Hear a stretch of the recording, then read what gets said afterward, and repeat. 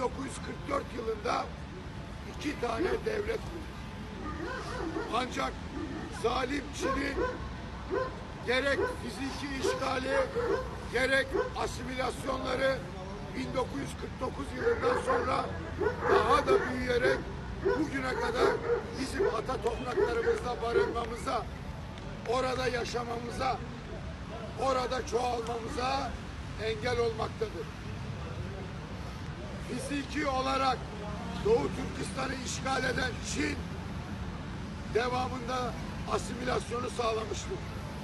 Dün %3'lerle, %5'lerle ifade edilen Çinliler bugün Doğu Türkistan'da %40'ların üzerine çıkmıştır.